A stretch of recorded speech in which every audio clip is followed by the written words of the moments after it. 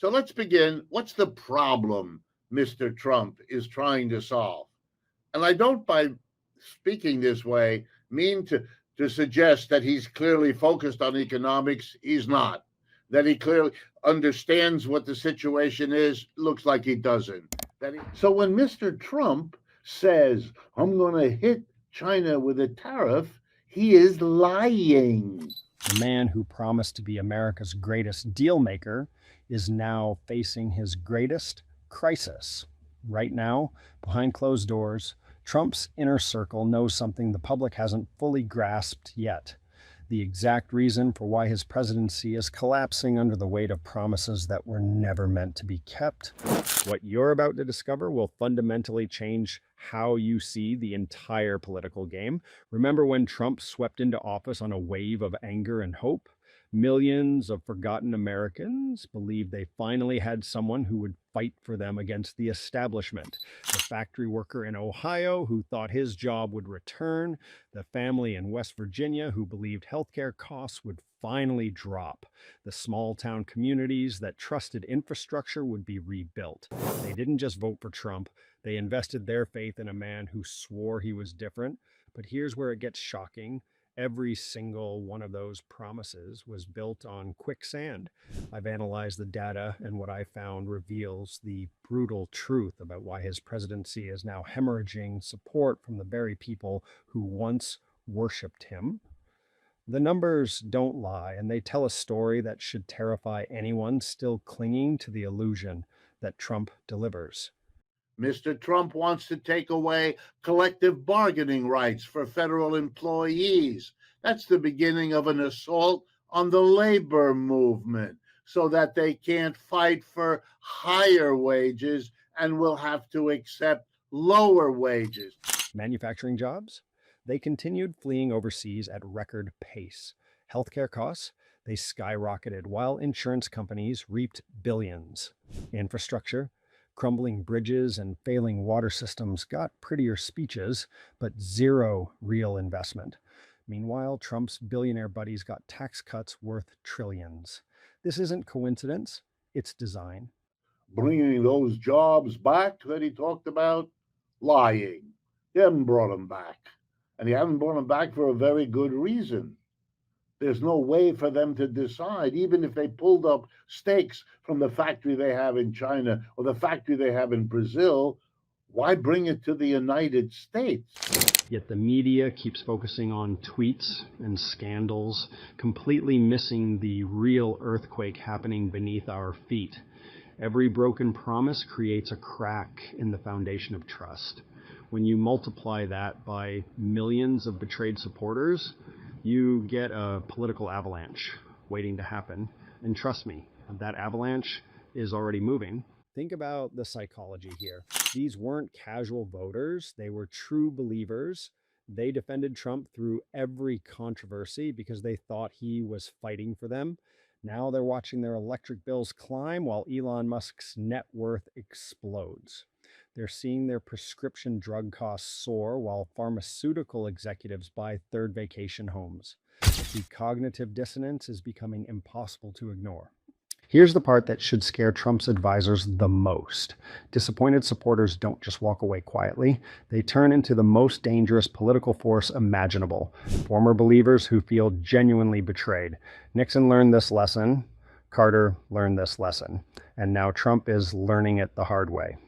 But wait, because this next revelation will expose just how deep the deception runs.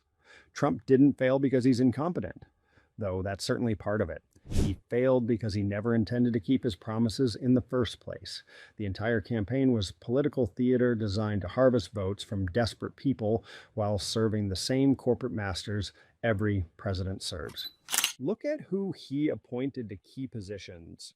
Wall Street bankers running economic policy, defense contractors managing foreign relations, pharmaceutical lobbyists overseeing healthcare. The swamp didn't get drained. It got restocked with even more dangerous predators. And his base is finally starting to notice. The evidence is overwhelming when you examine it closely. Rural hospitals continued closing at record rates under Trump. Small farms kept getting crushed by corporate agriculture. Working class wages stagnated while CEO compensation hit astronomical levels. Every metric that actually matters to ordinary Americans got worse, not better. Meanwhile, Trump was busy playing to the cameras, creating manufactured controversies to distract from his complete failure to deliver on economic promises. It's the oldest trick in politics. Keep people arguing about cultural issues so they don't notice you're picking their pockets. But even master manipulators eventually run out of tricks. Now, here's where I need to be brutally honest with you about what's really happening. And if you're finding this analysis valuable, you might want to subscribe because mainstream media will never tell you these uncomfortable truths. They're too invested in keeping the game going to admit the entire system is rigged against working people. The structural problems Trump inherited aren't unique to him. They're features of a system designed to concentrate wealth and power among the few while offering scraps to everyone else. But Trump made those problems exponentially worse by promising change while doubling down on the same failed policies that created the crisis in the first place. Consider the economic data that rarely makes headlines. During Trump's tenure, wealth inequality reached levels not seen since the 1920s. Corporate profits hit record highs while real wages for median workers barely budged. Housing became unaffordable for entire generations, while private equity firms bought up neighborhoods to rent back to former homeowners at inflated rates. This wasn't accidental. It was the predictable result of policies designed by and for the wealthy class Trump belongs to. The tax cuts, the deregulation, the trade policies that sounded populist but actually benefited multinational corporations. Every major decision served capital at the expense of labor. But here's the most damaging part for Trump personally. His supporters are beginning to understand they were manipulated. The cognitive dissonance between his rhetoric and his actions is becoming impossible to maintain. You can only blame the media, Democrats, and deep state for so long before people start asking why the promised results never materialized. Intelligence reports I've reviewed suggest Trump's own advisors know the game is up. Internal polling shows devastating erosion among his core demographic, white working class voters who form the backbone of his movement. These aren't people abandoning ship over legal troubles or personality conflicts. They're leaving because their lives haven't improved despite 4 years of promises. The psychological impact of this betrayal runs deeper than typical political disappointment. These voters didn't just support Trump, they restructured their entire worldview around his promises. They defended him to family members, friends, and co-workers. They invested their identity in his success. When that investment fails, the backlash is proportionally severe. Smart political operatives understand this dynamic. Once you lose true believers, you don't just lose their votes, you create active opponents who know your weaknesses intimately. They understand your messaging, your tactics, your vulnerabilities. They become your most effective critics because they once believed so completely. This is why Trump's presidency isn't just in trouble, it's in terminal decline. You can't govern effectively when your core supporters feel fundamentally deceived.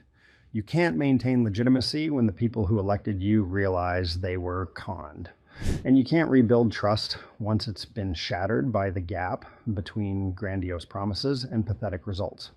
The historical parallels are instructive and terrifying for Trump's inner circle. Every presidency that has collapsed spectacularly followed the same pattern. Massive promises, inevitable failure, eroding support among core constituencies, desperate attempts to blame external forces, and final political death spiral. Nixon promised order and stability, but delivered chaos and corruption. Carter promised moral leadership, but presided over economic stagnation. Both lost their bases when reality contradicted their rhetoric. Trump faces the same fate, amplified by his tendency toward even more grandiose promises and dramatic failures.